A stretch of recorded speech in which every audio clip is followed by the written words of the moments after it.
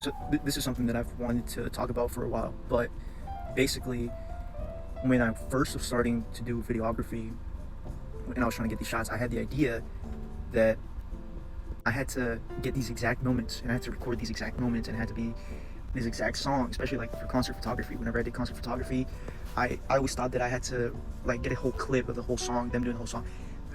That's not what you're doing when you're shooting video. I've like slowly learned that what you're really trying to do is you're just trying to tell your point of view, your story, how you were choosing to view that moment in time, those moments in time. So it's your point of view. You're just sharing your point of view. Whatever it is that you captured, whatever video it is that you captured, that's what you're sharing. You're basically just compiling all these stories and memories that you've experienced, and then just putting them together in a way that makes sense to you and that you enjoy, or that makes you want to share it to everybody else. The only times where like you really need like a specific moment is for like if it's like a big thing in your story, you're really trying to, this is the big shot. So you have like one big shot, one main shot, the eye catcher, like the hook shot that you're going to use, or something that stands out, the big shock factor.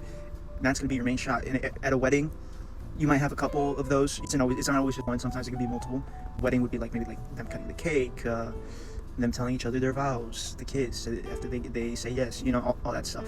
And then obviously you're gonna have your normal things like throwing the bouquet of flowers, all that stuff. Those are like the big moments that you're probably gonna need.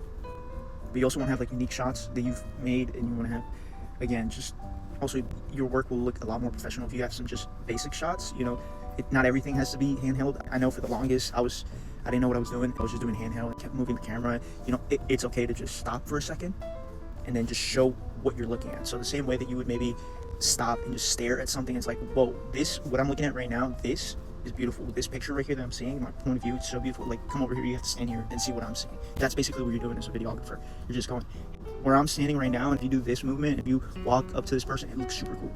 You're just sharing that. You're sharing your point of view in that moment, in that time. That's all you're trying to do basically as a videographer. And it's not easy by any means, especially when you're not used to it. You're not used to doing that. You don't know what you're doing. You don't know what type of shots you're supposed to get. What are like the basics?